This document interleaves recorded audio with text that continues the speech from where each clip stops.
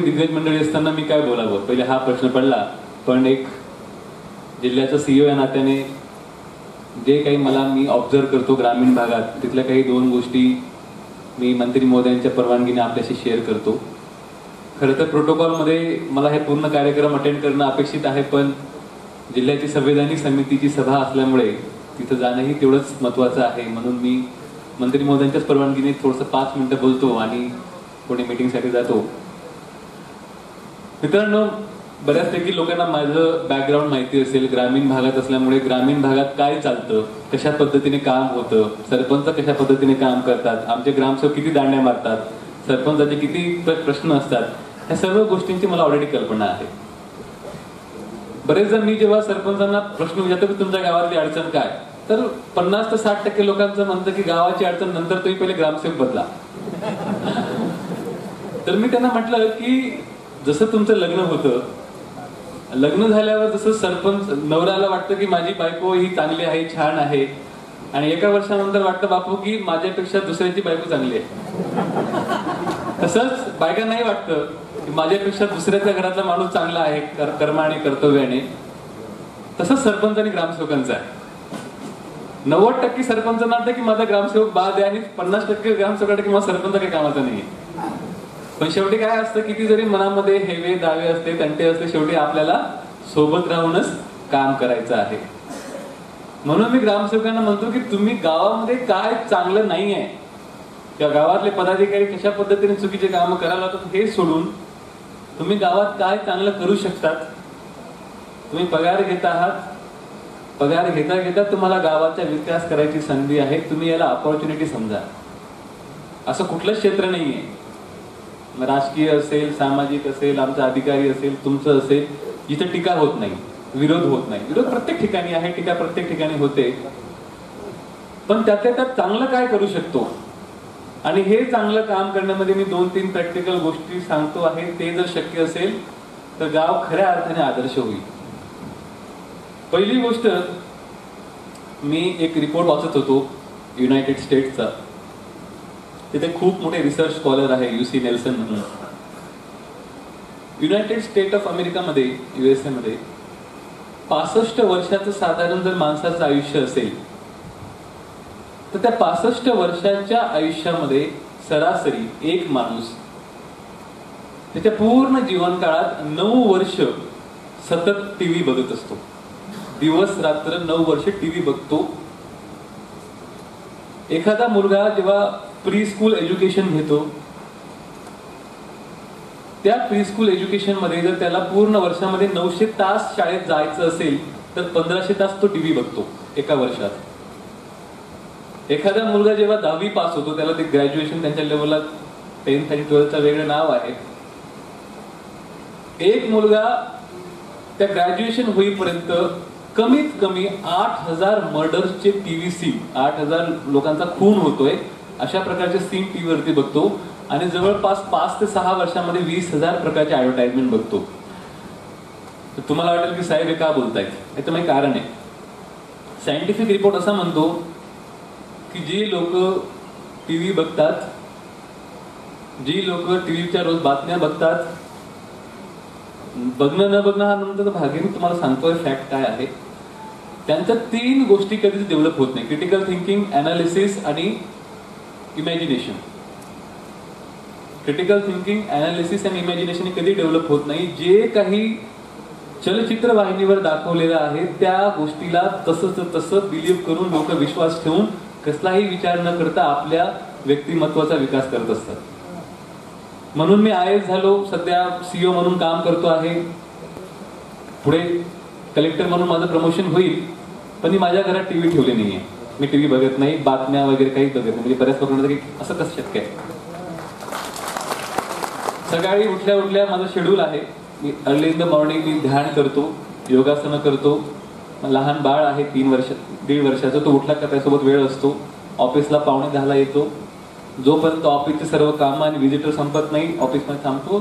7:30-8ला ऑफिसला जातो. परत फॅमिली सोबत वेळ देतो 10ला. आणि झोपायच्या आधी मग एखादं छान पुस्तक वाचतो. हे माझं शेड्यूल आहे.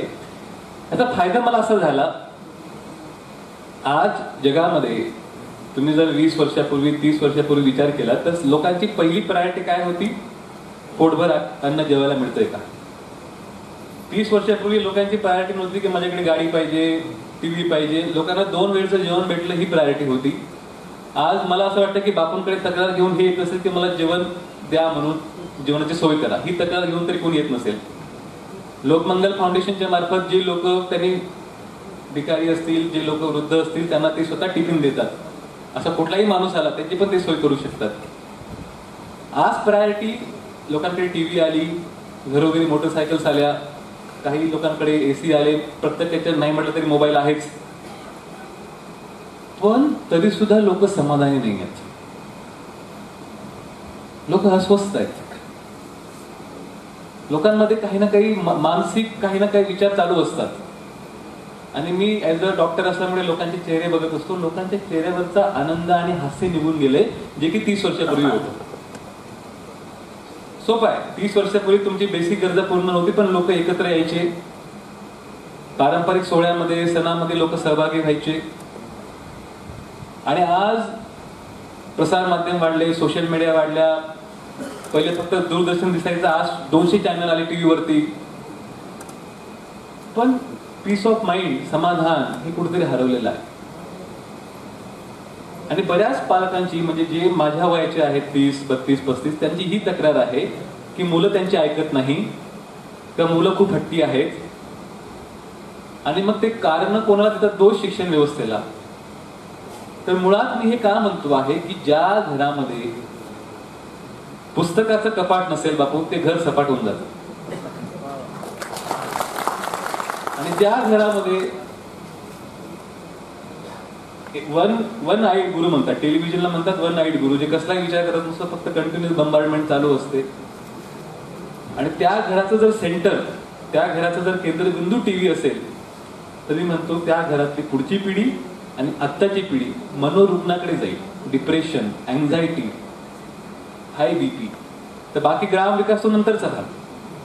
आपलं पारिवारिक जो सुख आहे, पारिवारिक जो केंद्रबिंदू आहे, तोच हरवला जाईल. आणि सर्वात महत्वाची गोष्ट काय होते की गावोगावामध्ये, खेड्याखेड्यामध्ये जेव्हा एखादी बातमी टीव्हीवरती फ्लॅश होते, एखादी बातमी जेव्हा पेपरात वाचली जाते, तेव्हा लोकांचं डिस्कशन हे असतं की प्राईम मिनिस्टरने कसं काम करावं. हे कोण सांगतो?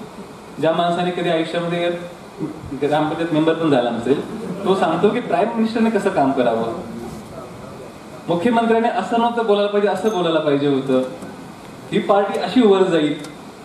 आणि त्या गोष्टीचा आणि त्याचा कुठेही काही संबंध नाही.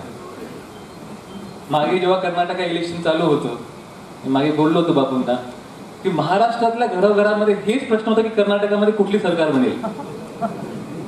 आपण राहतो महाराष्ट्रामध्ये, कर्नाटकामध्ये सरकार बनली, कुठली बनली, आता आपला काही संबंध नाही. राजकारणाचा संबंध असेल, पण जेवता जेवता सुद्धा गप बस, मला बघू दे टीव्ही कुठली गव्हर्नमेंट बनते, एक्झिट पोल काय म्हणतोय. म्हणजे गावागावात असं झालंय की ज्या गोष्टीशी काळी मात्र संबंध नाही, त्या ठिकाणी आम्ही आमच्या लोकांना इन्व्हॉल्व केलेला आहे. इन्व्हॉल्व झालेत ते. आणि ज्या गोष्टींमध्ये लोकांनी लक्ष द्यायला पाहिजे की पारिवारिक सुख कसं वाढावं, स्वतःचं हेल्थ कसं चांगलं राहील, लोकसहभागातून गावात काही शेततळे, वृक्षारोपण, एखादी छान वास्तू, गावात वाचनालय, गावात संस्कारक्षम वर्ग घेण्यासाठी काही कार्यक्रम, हे कसे घेता येतील, हे सर्व जबाबदारी लोक म्हणतात सरपंचाने बघावं. आणि सरपंचाने जर आवाहन केलं तर तुला कशाला निवडून दिलंय आम्ही, जर हे काम जर मला करायचं तुला कशाला निवडून दिलं मग मी. तर सर्वात पहिली गोष्ट ही आहे की लोकांच्या मानसिकतेवरती काम करणं खूप गरजेचं आहे. आणि लोक तुमचं कधी ऐकणार? लोक खूप हुशार आहेत. लोक तुमचं कधी ऐकणार? जेव्हा तुम्ही तसं उदाहरण तुमच्या कृतीतून दाखवणार की मी निरपेक्षपणे काम करतो आहे तुमच्या कल्याणासाठी, तुमच्या भवितव्यासाठी, आणि हे सुद्धा करून कमीत कमी 2 ते 3 तुम्हाला नक्की संघर्ष होईल. लोक तुम्हाला नक्कीच बोलतील, विरोधक तुम्हाला टोमणे मारतील, छोट्या छोट्या गोष्टीवर तुम्हाला विषय काढतील. आमच्याकडे तक्रार सरपंच होते, फौजदारी गुन्हा दाखल करा, आहेत असे लोक. पण हा सर्व विरोध आपल्याला सहन करायचा आहे, हे धरूनच आपल्याला सामाजिक क्षेत्रामध्ये, राजकीय क्षेत्रामध्ये उतरावं लागतं. ज्या माणसावरती लोकांचा विश्वास आहे, ज्या माणसांवरती लोकांना विश्वास आहे, फेथ आहे, त्याच्या शब्दाला लोक जागतात. आणि तुम्ही बघा, ऍडव्हर्टाइजमेंट कितीतरी लोक देतात, कितीतरी वर्षापासून बोलताय अमिताभ बच्चन की पोलिओचा ड्रॉप टाका, शौचालय बांधा, लोक बांधत नाही. ऍडव्हर्टाइजमेंट करणे, कॅम्पेन करणे हा वेगळा भाग असतो. जोपर्यंत 1 to 1 कम्युनिकेशन आणि विश्वासाचा माणूस बोलत नाही तोपर्यंत काम होत नाही. खरं तर आज ग्राम गीताचार्य आलेले आहेत, त्यांच्याकडून खूप काही मलाही ऐकायचं होतं, पण मला एक ते बंधन असल्यामुळे मला जावं लागेल. पण सांगायचं मनोदय हे आहे, जेव्हाही आपण बघतो माझ्या आयुष्यामध्ये काय आहे आणि काय नाही आहे, तर बऱ्याचदा आपला फोकस जातो काय नाही आहे. आपला फोकस जातो की मी सरपंच आहे पण मी झेडपी अध्यक्ष नाही, ग्रामपंचायत मेंबर आहे पण सभापती नाही. पण आपल्याकडे जे आहे, जी संधी दिलेली आहे, त्याच्यावर जर आपण चांगलं काम केलं निरपेक्षपणे, without expecting the fruit of result, without expecting the fruit of work, तुम्ही जर काम करत गेलात, तुम्हाला पद मिळो वा न मिळो ते सांगणार नाही, पण तुम्हाला आत्मिक समाधान नक्की मिळेल याची मी ग्वाही देतो. एवढं बोलून बापू सर्वांची मी रजा घेतो. धन्यवाद. जय हिंद. जय